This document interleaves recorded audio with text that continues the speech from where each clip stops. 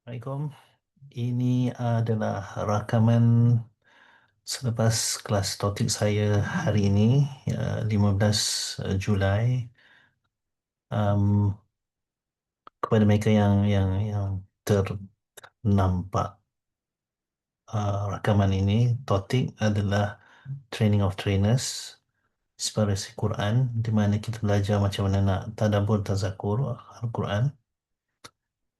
Dan video ini dibuat untuk saya, untuk mengingatkan saya apa yang saya belajar seharian.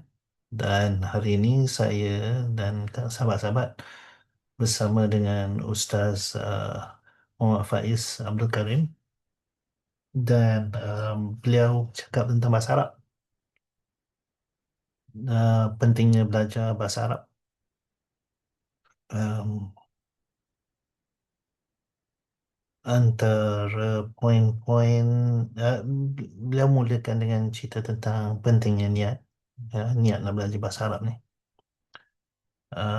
Beliau mulakan dengan hadis sahih Muslim 3527, di mana dalam hadis tu mafhumnya Rasulullah bersabda tentang cerita kisah uh, orang yang syahid, orang alim, orang dermawan yang mereka buat apa yang mereka buat kononnya untuk menjadi syahid dan alim dan dermawan, tetapi mereka tak buat kerana Allah dan mereka masuk neraka kerana itu. Um, Ustaz Faiz mengingatkan kita tentang golongan Rabbani. Kita nak jadi golongan Rabbani, golongan yang berterusan mengajar dan berterusan belajar. Satu poin yang menarik daripada Ustaz Faiz ialah bukannya kita buat amal tu nak kena tunggu ikhlas, tak. Buat amal sampai ikhlas, ya. Apa petanda dia? What's the indication? um, kita boleh buat amal tu sampai tak rasa apa-apa kerana dah biasa, ya. Bila buat sesuatu berkali-kali kan, dah biasa sangat, di situ sampai ikhlas lah, ya. Um, Beliau juga mengingatkan kita untuk merendah diri seperti mana yang disebut dalam surah Al-Qasas ayat 22. Mudah-mudahan Tuhanku menunjukkan jalan yang benar kepadaku. Um,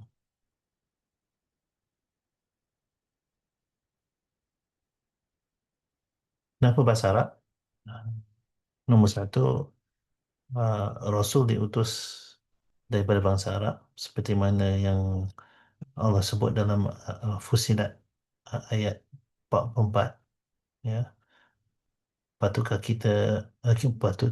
kitab itu berbahasa asing sedang Rasul yang membawanya berbangsa Arab? Sebab yang kedua ialah bahasa Arab tu adalah bahasa yang tepat dan ringkas, seperti mana disebut Allah dalam surah Az-Zumar ayat 28.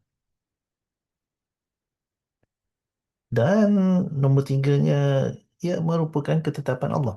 Ya. Ya, so buat je lah, belajarlah bahasa Arab tu kan. Seperti mana yang disebut Allah dalam surah Yusuf ayat 2. Um,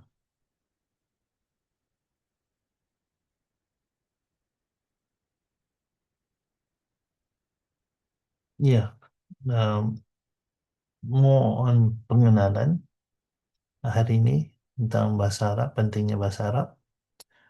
By next week, insyaAllah kita dah mula belajar bahasa Arab. Dan seperti mana Ustaz Faiz cakap, belajar bahasa Arab tapi tak reti nak cakap dengan orang Arab. Ini bahasa Arab Al-Quran. Ya.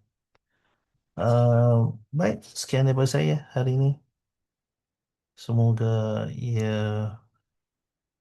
memberi manfaat kepada saya terutamanya, dan sekiranya ia memanfaatkan anda, semoga ia memberi manfaat kepada anda, ya, insyaAllah. Terima kasih. Assalamualaikum.